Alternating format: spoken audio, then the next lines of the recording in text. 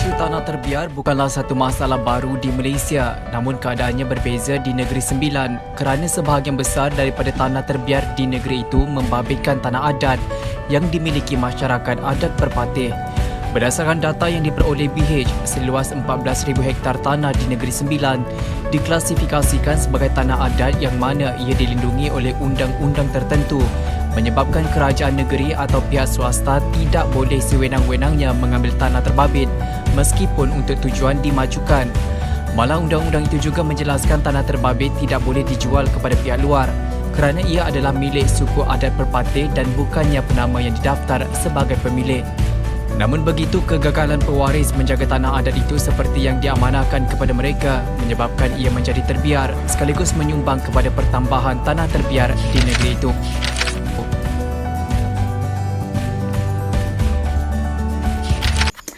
Assalamualaikum and hi, my name is Adiba Asyqeen. So welcome to our short documentary video about the Adat Perpatih and Undeveloped Customary land. Assalamualaikum and hi. Negeri Sembilan is one of the states in Malaysia in which practicing the customary law of the Adat Perpatih. In fact, the Adat Perpatih was actually existed around 12th century ago. So it's been a long time, right? So let me share a basic history of the Adat Perpatih existence and how it comes to Malaysia and how it is practicing until today in Negeri Sembilan. So it was interesting, right, to know more. So basically, the Adat Perpatih was originated from Minangkabau, and it was actually practiced by Minang people who comes from the highlands of Western Sumatra in Indonesia. So basically, the community living there migrate across the Strait of Malacca, and hence the custom was practiced by the rural community in the hinterland of the Negeri Sembilan. So it was just basic information of originated unique custom or called as Adat. So the Adat Perpatih, or also known as the Adat Alam Minangkabau, is a custom law or usually heard as Undang-Undang Adat. So it was generally, this Adat was focusing on regulating the social life, adherence to the law, and the most unique term discussed today in this Adat is the right of property or customary land. This is because the Adat Perpatih is a custom law in which practiced by following the matrilineal system. In simple words, the right of property, or to be specific in this discussion today, is about the customary land or tanah adat, which is owned by women or derived rights from mother's line ancestor. Therefore, it's a bit different from other states in Malaysia which not practicing the matrilineal system, but they are practicing the patrilineal system. So, okay, back to the customary land and also the issue occurred with the land. So it was actually interrelated with the practicing of the customary land, since the law has stated that the ownership of the land cannot simply change or transfer to anyone. To transfer to anyone. So this is show a rigidity of the law and nothing can change it. However, nowadays the issue occur when the undeveloped customary land has been a serious issue. So in fact, more than 40,000 hectares of tanah adat has been left undeveloped. So it sounds serious, right? So there's no such thing of development or any economic activity has been done there.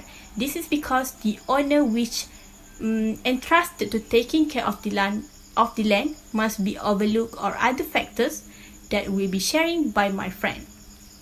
So in this discussion also will be discussed more detail on the challenges, the role of the government to overcome the issue, and also what is the best suggestion to help to settle the issue of the customary land. So you guys stay tuned. Assalamualaikum warahmatullahi wabarakatuh.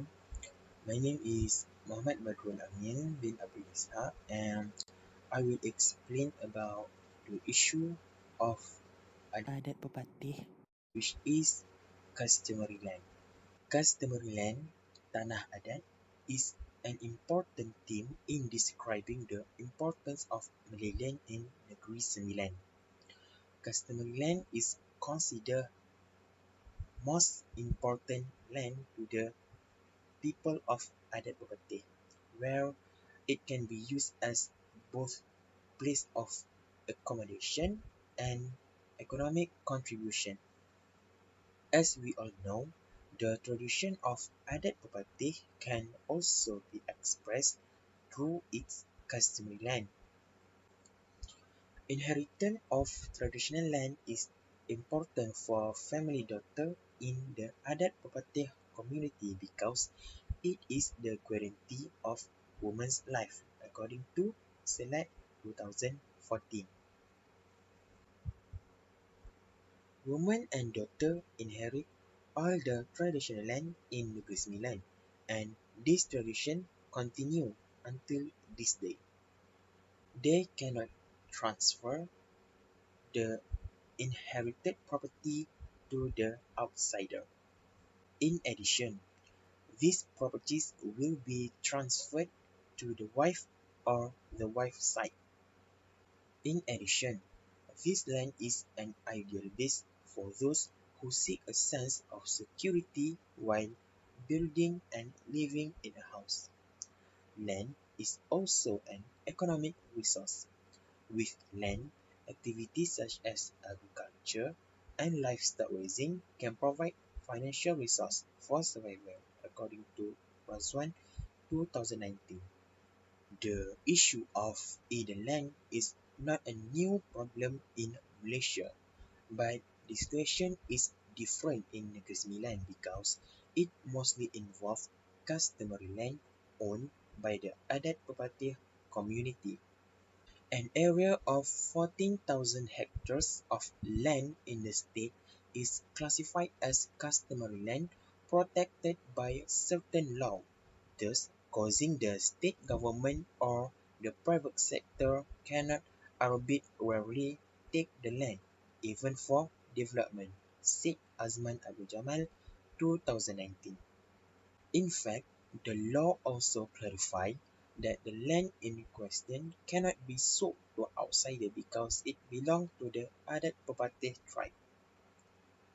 The law is outlined through three enactments, namely the Customary Holding Enactment Chapter 215, the Customary Holding Tanah Lingkungan Enactment 1960, and the Rembau Land Law Enactment 1949. It aims to ensure that the land remain the property of the Adat Perpatih community so that it can be passed down to the next generation as a trustee. However, the failure of the heirs to take care of the customary land as entrusted to them caused it to become idle. Thus, this situation contributes to the increase in idle land. For example, customary land of 2 to 3 hectares has more than 10 heirs, and because they have conflicting views, there is no final work on developing the land. Apart from that, the issue of idle customary land was also due to the heirs deciding to move to urban areas and focus more on a new life there, said Azman Abdul Jamal, 2019. Assalamualaikum and hi, my name is Amalin Aishah Binti Halim. I'm going to talk about the government rules on the issue which is customary land.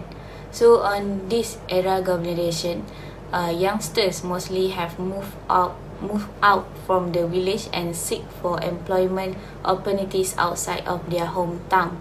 So this leads to the issue of abandonment of the customary land, and also leads to another problem towards the government, as the government must utilize the lands of the state to ensure economic progress. Generally, in Malaysia, several agencies are assigned to help with implementation of development program such as FEDA, FECRA, RISDA and others agencies. These agencies open up new lands for economical purpose, mainly for plantation and entrepreneurship.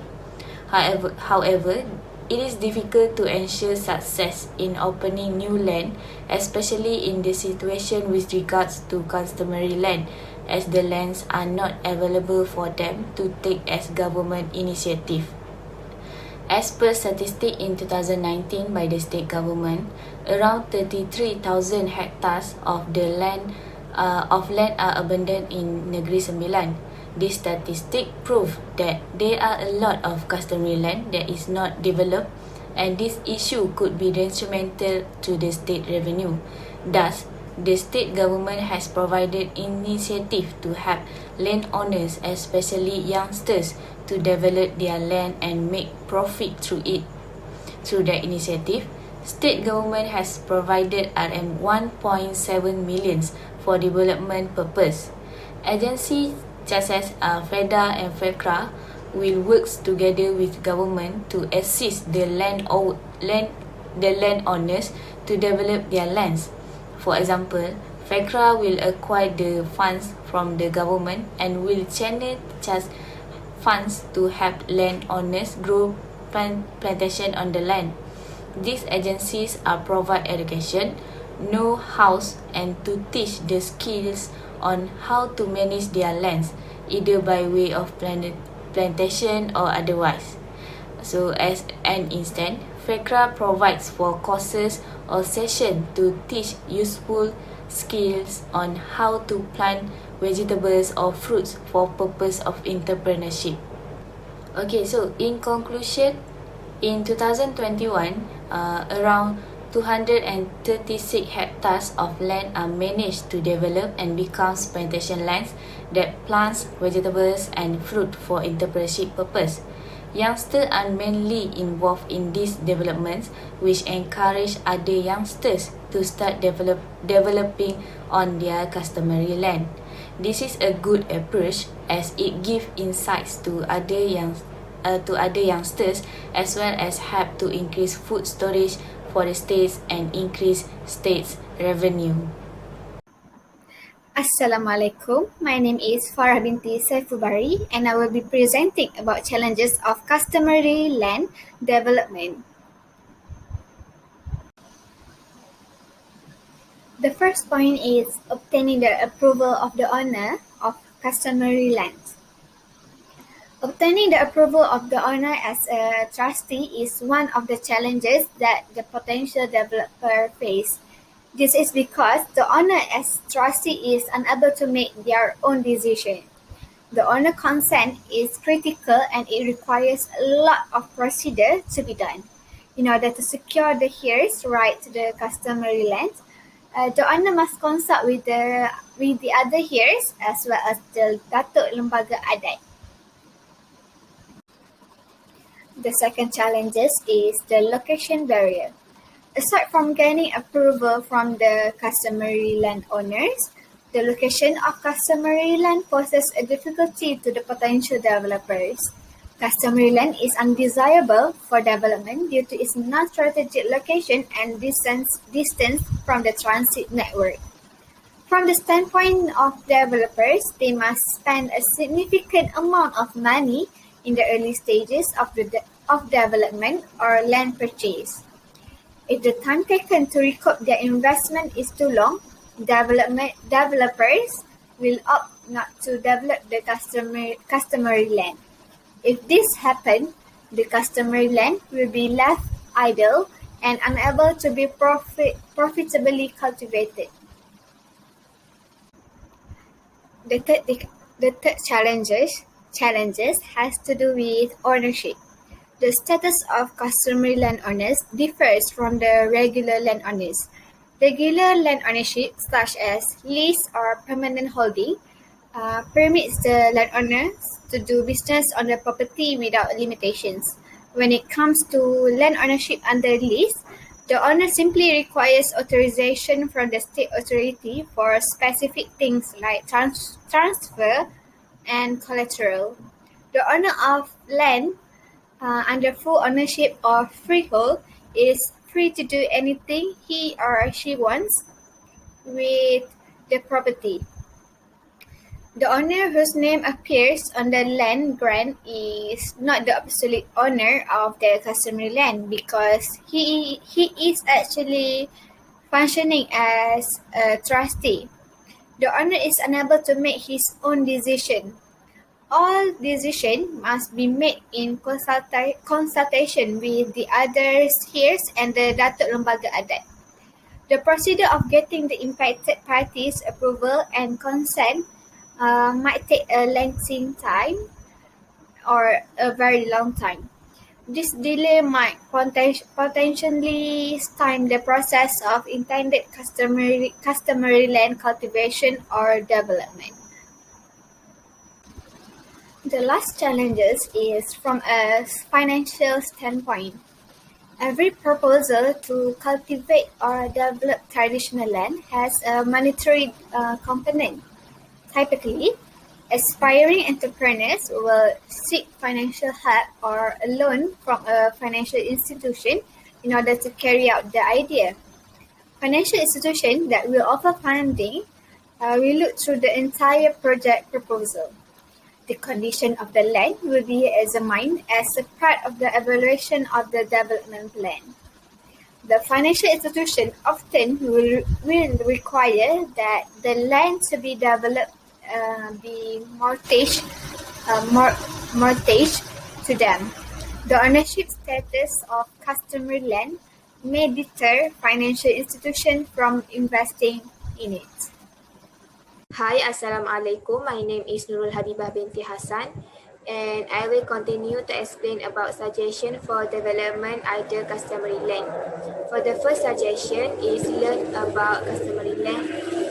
Customary land are empowered only by the Adat Perpatih people, which make the other party unable to use or own customary land, although those party are the government itself. Because of that, development activity are not easy to be done on customary land without permission of the tribe. Hence, it is crucial for the agency to know how to obtain the approval from the tribe to use customary land, especially idle land for the development purposes. In order to obtain the approval or permission from the owner of customary land, the party involved must know that customary land is important to the other party people, and it should be done with the proper procedure. For example, the developer can rent the land from the owner of customary land with agreement. Other than that, developer can make an amendment with the owner and probably suggest to include some of other party characteristics in their development, such as build a building with a roof or rumah gadang.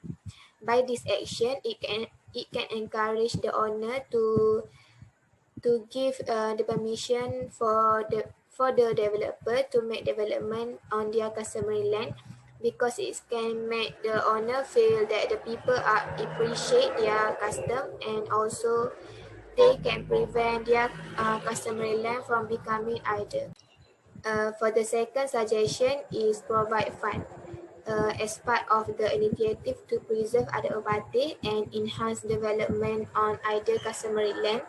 Funds should be allocated to the state government or agency who participate in developing the customary land in order to improve the development of that undeveloped land. Plus, these initiatives must be done in systematic manner with the formation of a body to handle it by forming partnership and agreement with the owner of customary land.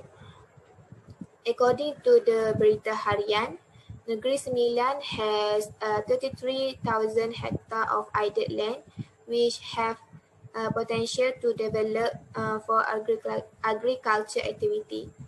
In 2019, Chairman of State Agriculture and Agro-Based Industry Committee, Bakri Saweh said that the state government has allocated RM 1.7 million in assistance incentive for development on either land in Negeri Sembilan in order to enhance estate infrastructure such as estate road, irrigation system, drainage, area fencing, and agriculture input such as fertilizer, pesticides, and seedling.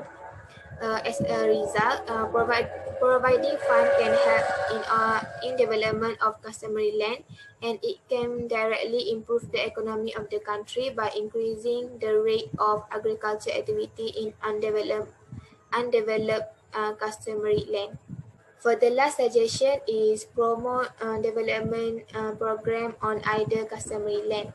In order to improve development in idle land, especially on customary land, government or agencies such as state agriculture and agro-based industry committees should establish more agriculture program to promote development to the people. It can be done through programs such as Farm Day Program, departmental exhibition, and farmer seminar. It is because through this program, it can help the owner of the idle customary land to gain knowledge and information about development, which can also encourage them to participate in development program on their own land. Besides that, the agency should provide more free consultation and advice to the owner of customary land about development, because through this action, it can help to give clear explanation to the owner about the procedure of development if the owner are interested to participate in developing their land.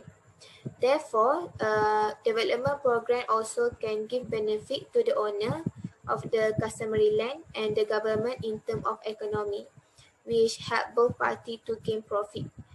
Thus, it is important to promote development program on either customary land, because it can prevent the increasing abandonment of customary land. That's all from me. Thank you, sir. Hi, so our discussion documentary has reached to the end. So to simplify the whole issue, we know that the Adat Perpatih customary law only act to preserve in many aspects, especially in terms of custom, and also helps to organize the social system, especially to prioritize and protecting women rights. So, however, back to the discussion of the issue happens nowadays, which is the undeveloped customary land or tanah adat. We know that the law exists to only protect the ownership of the land property without being taken from anybody. So the undeveloped land is not totally the fault of rigidity of the law itself, but must be a mistake from one and not representing the all of the owner.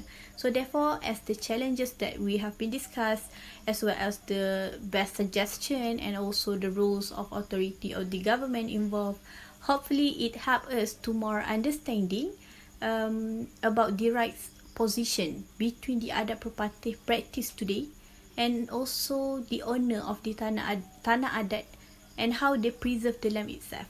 So I think that's all. Thank you.